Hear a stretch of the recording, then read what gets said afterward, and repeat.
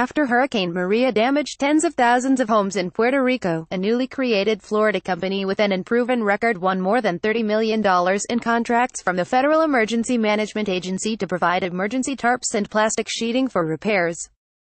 Star LLC never delivered those urgently needed supplies, which even months later remain in demand by hurricane victims on the island.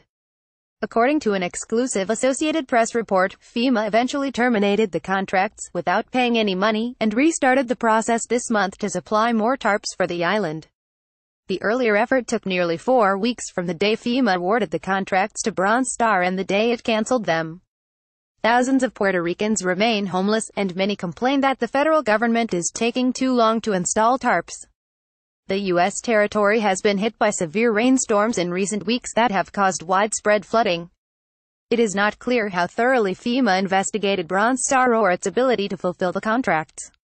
Formed by two brothers in August, Star had never before won a government contract or delivered tarps or plastic sheeting. The address listed for the business is a single-family home in a residential subdivision in St. Cloud, Florida. One of the brothers, K. Jones, said manufacturers he contacted before bidding on the contracts assured him they could provide the tarps but later said they could not meet the government's requirements. Fema canceled the contracts on the 6th of November, Jones said. The government notified him and his brother a few days later that it would seek $9.3 million in damages unless they signed a waiver releasing the U.S. from any liability.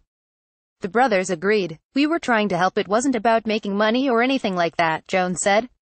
Fema awarded the company 2 contracts the 10th of October to provide 500,000 tarps and 60,000 rolls of plastic sheeting.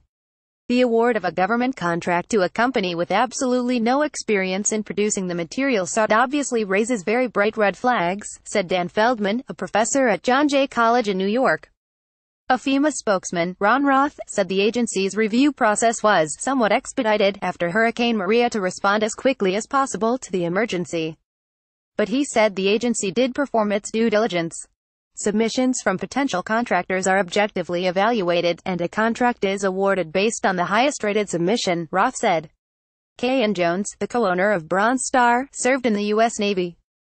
The contract solicitation gave preference to veteran-owned companies. In an interview, Jones said his brother, who is also listed on state and corporation documents for the business, served in the Army and is disabled.